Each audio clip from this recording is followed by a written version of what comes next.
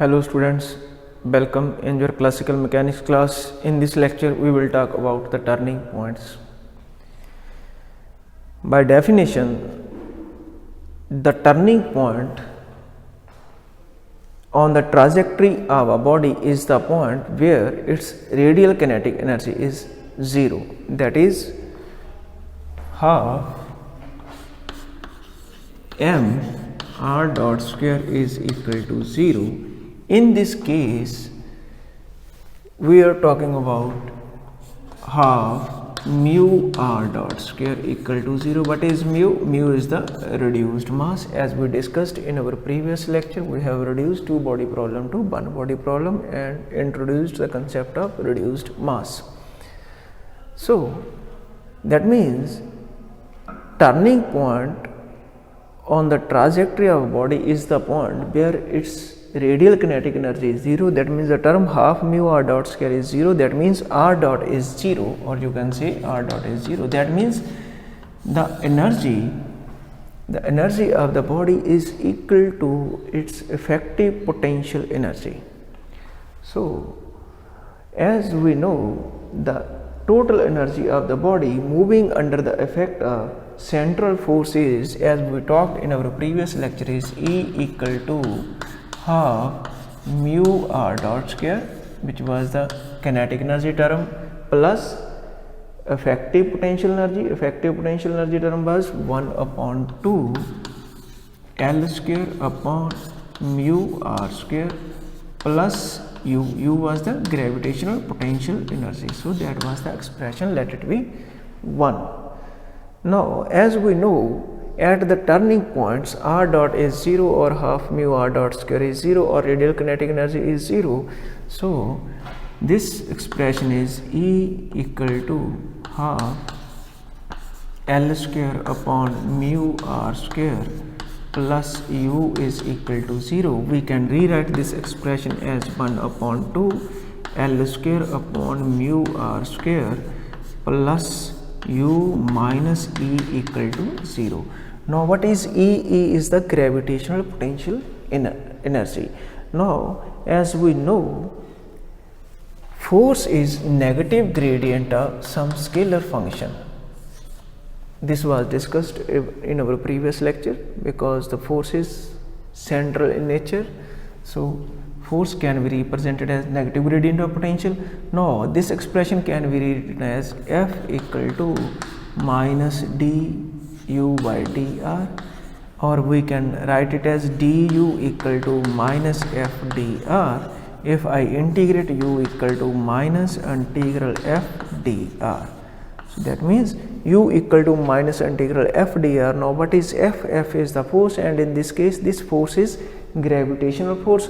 So gravitational force F equal to minus gmm upon r square, and if I substitute this value, then u equal to minus minus plus integral gmm dr upon r square. The term gmm is constant and dr upon r square. So this integral is minus gmm upon r. So this is u. So that means we have u equal to, this gmm is constant, so minus k upon r. So I will substitute this value. So this expression, equation number 3, can be rewritten as 1 upon 2 L square upon mu r square minus k upon r minus E is equal to 0. So this expression 4 is quadratic in 1 upon r square. This is like ax square plus bx plus c is equal to 0. This is like quadratic equation. So instead of this x, there is 1 upon r. So a is L square upon 2 mu, b is minus k, and c is minus e. So the solution of this term is x equal to minus b plus minus square root b square minus 4ac upon 2a. And if I look at these terms in equation 4, then x is 1 upon r is equal to minus b. Minus b means minus b is minus k, so it is k plus minus square root k square minus 4, a is L square upon 2 mu and c is minus e upon 2a. 2a is L square upon 2 mu. So we will get k plus minus square root k square plus 2L square e upon mu upon L square upon mu. So we can rewrite it as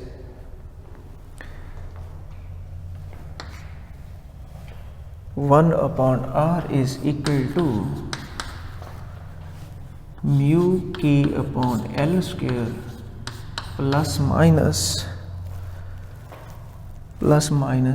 k is common, mu upon L square, k is common from square root, so it is 1 plus 2el square upon mu k square. So this is the expression. So finally r is a function of E and L. E is energy and L is the angular momentum. So we have this expression. Now in this expression, let it be question number 5.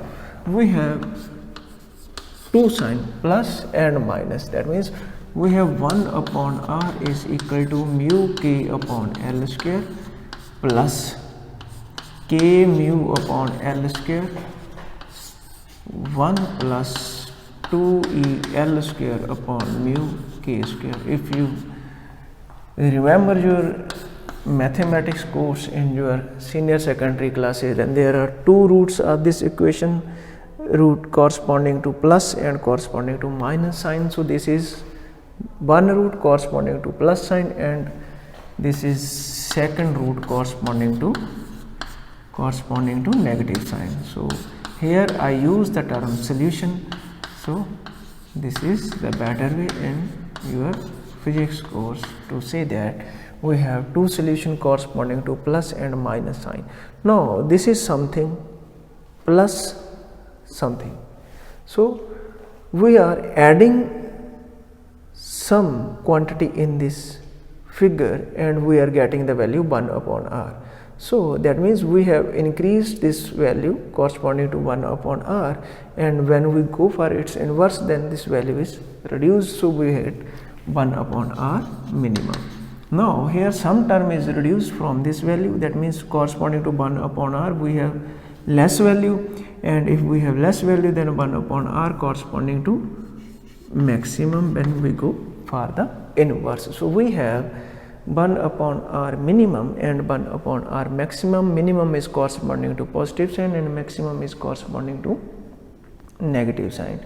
And in our previous lecture on equation of orbit in inverse square force field, we have find out that 1 upon r is equal to mu k upon L square plus a cos theta minus theta naught. In that lecture I discussed that we will look at theta minus theta naught term later, and in this lecture we will talk about theta minus, what is theta minus theta naught. So corresponding to this value we have 1 upon r, it's like this, these two terms, 1 upon r mu k upon L square is similar plus a cos theta minus theta naught.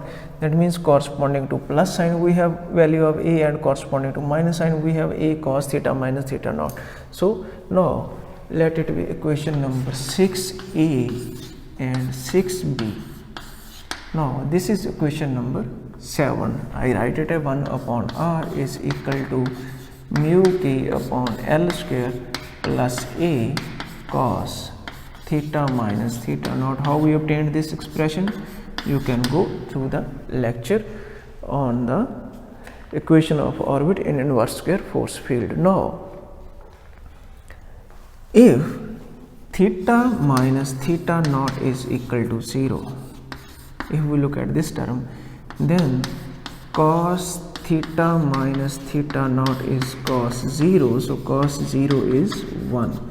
So expression 7 becomes 1 upon r equal to mu k upon L square plus a.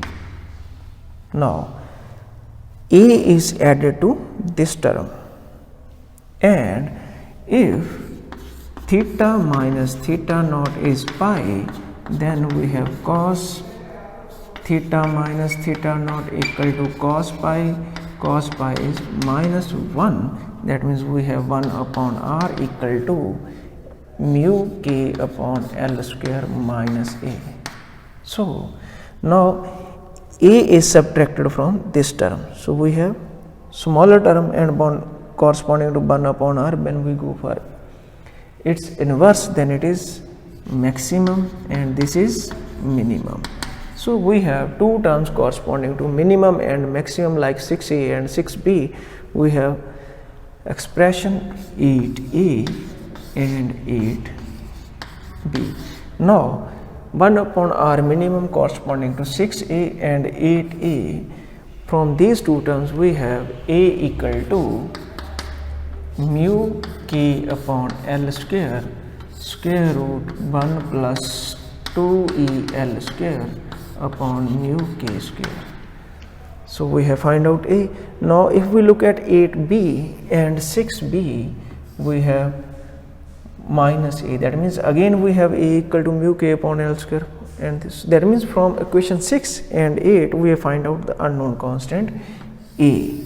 Now that means we have the value of r minimum and r maximum. What is r minimum and maximum?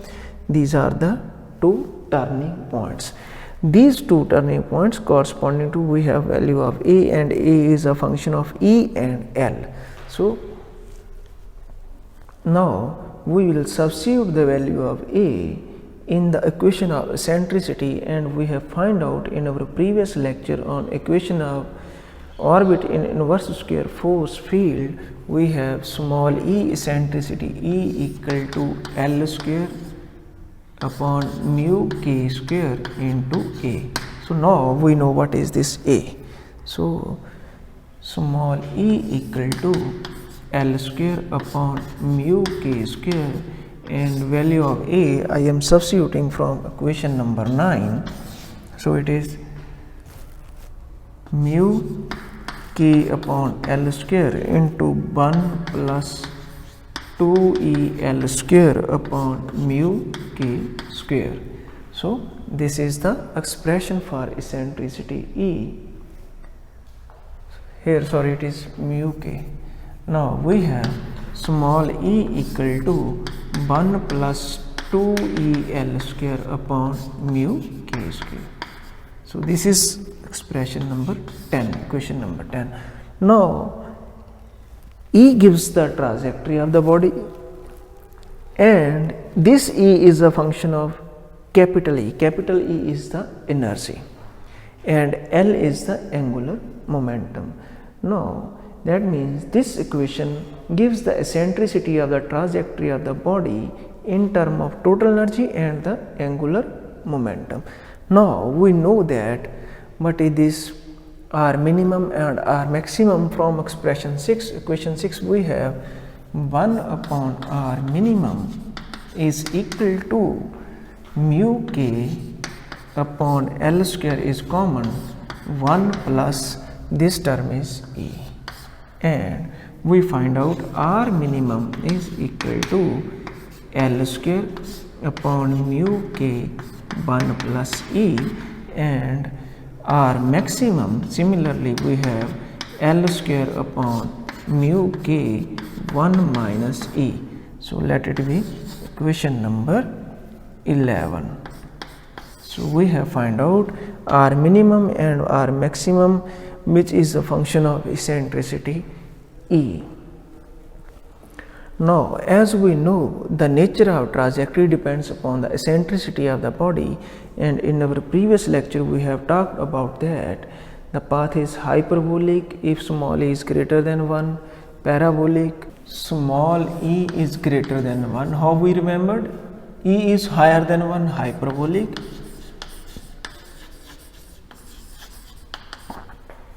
If small e is less than 1, then it is elliptical in nature.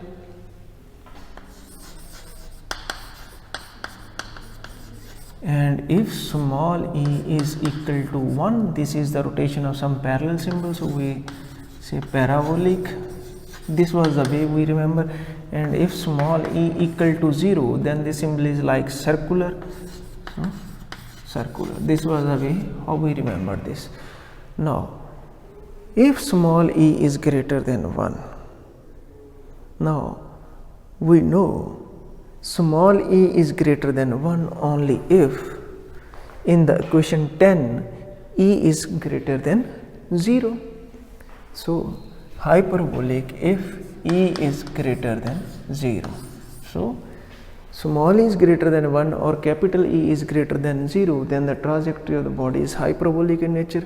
Now, small e is less than 1, that means elliptical in nature. Small e is less than 1 only if something is subtracted from 1, and this is possible only if e is less than 0, that is negative. So, small capital E is less than 0, then it is elliptical in nature. Now, it is parabolic in nature. Small e equal to 1, this is parabolic only if capital E equal to 0.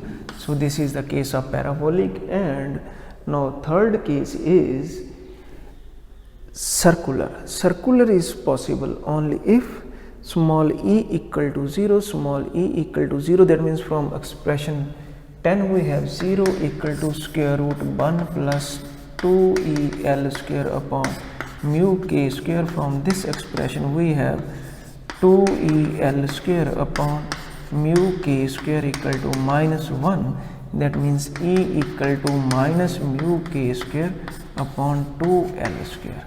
So, this is the case for circular if capital E equal to minus mu k square upon 2l square.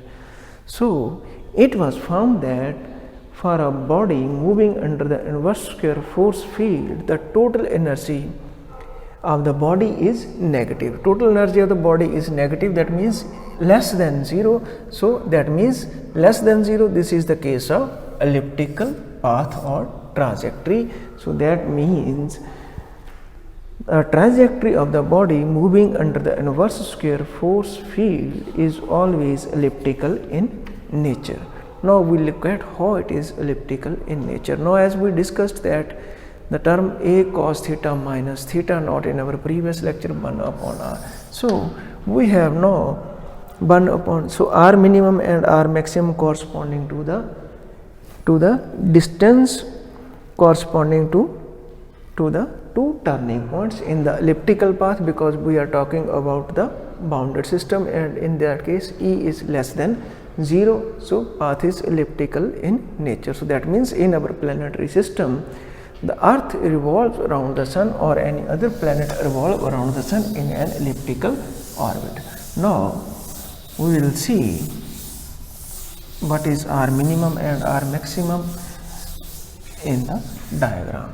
Now, as we have talked about the inverse square force, in the inverse square force field motion is confined to a plane.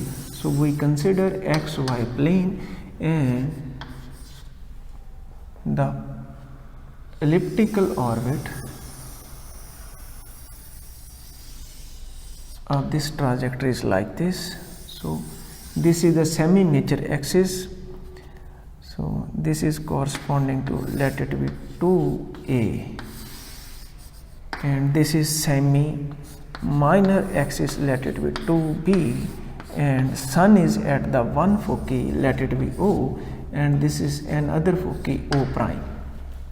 Now, this earth or any other planet around the sun is here. So, in an anti-clockwise direction. So, at any time t, sun is at point P.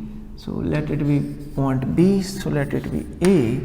Then AO is corresponding to R minimum, and OB is corresponding to R maximum. This is the radial distance. So A and B are the two turning points corresponding to R minimum and R maximum are represented in the figure. So at any time t, the semi-major axis makes an angle theta naught with the x-axis, and at any time t, the angle is theta. And from the diagram, angle POB is theta minus theta naught. So that's why we consider any reference angle theta naught. So corresponding to theta, we have theta minus theta naught is the angle of the planet with the semi-major axis. So 2a. And now in small time dt, particle moves to some another point. So let it be PQ. So this is the way how. Now this is already we discussed how it sweeps out equally in equal time interval in Kepler's law.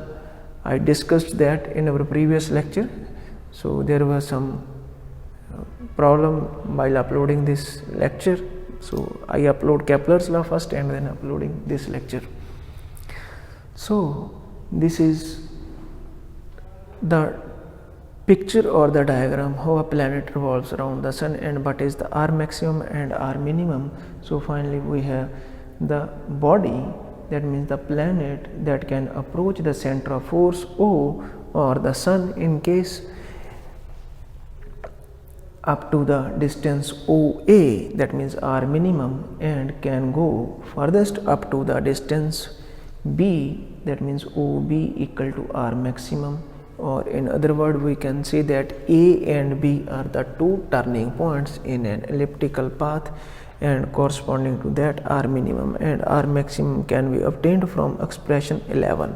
So in this lecture, I hope you know in your mathematics class in solid state geometry that if 2A and 2B are the semi-major and semi-minor axis, then area is A equal to pi AB, and the eccentricity of the ellipse is related to semi-minor and major axis B equal to A into square root 1 minus E square, and the semi-lattice rectum is,